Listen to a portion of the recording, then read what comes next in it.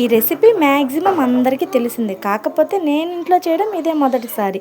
తినడం కూడా మొదటిసారే. Cooking channel ఎప్పుడైతే స్టార్ట్ చేశానో కొత్త వంట ఏది కనిపించినా అస్సలు వదలట్లేదు. కొత్తగా ట్రై చేస్తున్నాను కదా అని చెప్పి ఎప్పుడు ఫెయిల్ అయిందిలే. అన్నీ బాగానే వస్తున్నాయి. పక్కన నాయిస్ లైట్గా వస్తుంది, ఇగ్నోర్ చేసేయండి. ఇకపోతే ఈరోజు ఈవినింగ్ మా పాప వచ్చేలోపు పాస్తా అయితే ప్రిపేర్ చేశా. సాసులు ఏమీ లేకుండా ఇంట్లో ఉన్న ఇంగ్రీడియంట్స్తోనే లైట్గా ప్రిపేర్ చేశా. ఎందుకంటే నాకు సాసులు అంటే అస్సలు నచ్చదు. ఫస్ట్ అయితే పాస్తాని మొక్కజొన్న కంకుల్ని ఉడకబెట్టేసుకొని పక్కన పెట్టేసి ప్యాన్ పెట్టి దాంట్లో ఆయిల్ వేసుకోవాలి. సన్నగా తరుక్కున్న ఆనియన్స్ వేసుకొని అవి కాస్త రంగు మారాక అల్లం వెల్లుల్లి పేస్ట్ వేసుకోవాలి లైట్గా. ఇంట్లో పచ్చివాసన అంతా పోయిన తర్వాత కారం, గరం మసాలా, ధనియా పౌడర్ వేసుకొని పాస్తా కూడా వేసేసుకొని కలిపేసుకోవాలి. మర్చిపోయా, సాల్ట్ కూడా మీ రుచికి సరిపడా వేసేసుకోవాలి. దీన్నంతా మంచిగా మిక్స్ చేసేసుకోవాలి. తర్వాత కరివేపాకుని పైన గార్నిష్ చేసేసుకుంటే పాస్తా అయితే రెడీ అయిపోతుంది. ఇంగ్రీడియంట్స్ తక్కువ కదా, టేస్ట్ ఎలా ఉంటుందో అనుకున్నాను నేను కూడా. టేస్ట్ అయితే అద్భుతంగా వచ్చింది.